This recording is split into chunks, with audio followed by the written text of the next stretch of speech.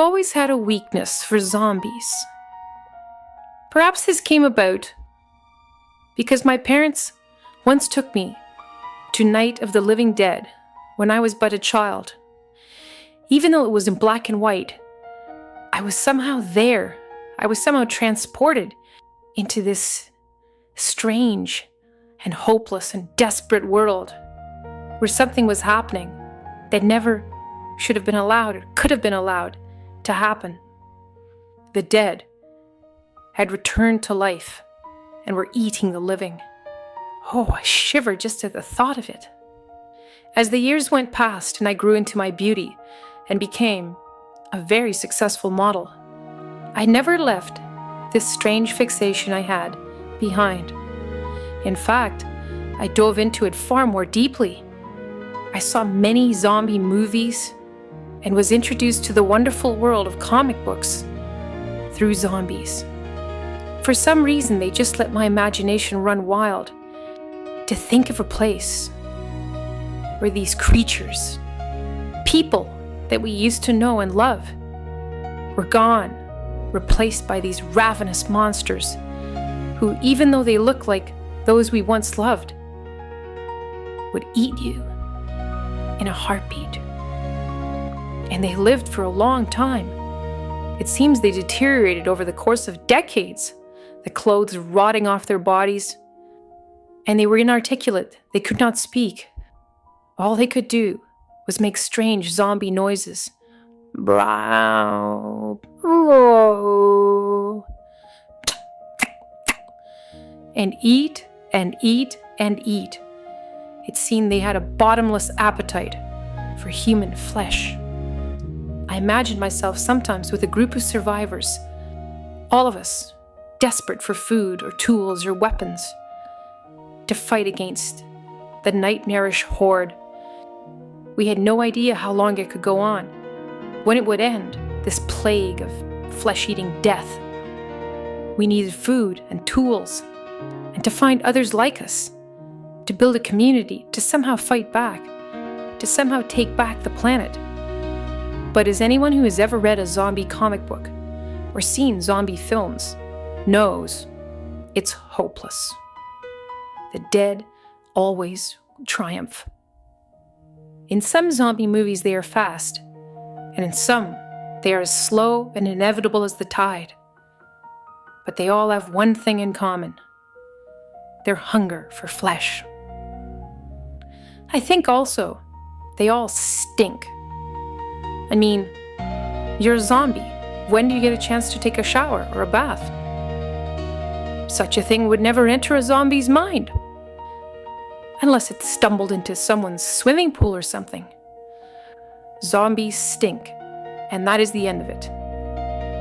I sometimes think what it would be like to see a Paris runway show, but with zombies instead, limping and dragging their bodies down the runway, slowly, bits and pieces falling off them, rotted haute couture, some of them nibbling on fingers and arms and God knows what else. And at the end of the runway, some sort of guards to shoot the zombies and kill them again, in case they wanted to somehow venture off the runway and into the crowd.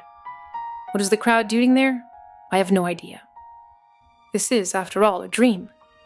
I guess the other thing zombies would teach you is to be very accurate with gun or bow and arrow or sword or crossbow.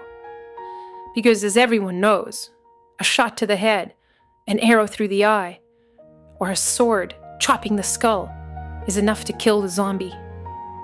Anything less, and the zombie will eat you. Big zombies, small zombies, fat zombies, skinny zombies, little children as zombies, even pets. I sometimes think that the obese zombies would somehow still manage to be riding their electric carts up and down the road, motoring about, looking for flesh. Then the cart would hit a curb, and the fat, bloated body of the zombie would spill onto the street. There it would be, like a turtle, on its back, writhing in the sun, mouth opening and closing, trying to get food, its limbs flailing in the air slowly, like flippers. And then my friend would shoot it in the groin, the bullet ripping off the top of its head in a spray of blood and brains. Oh, mon Dieu, that is so disgusting.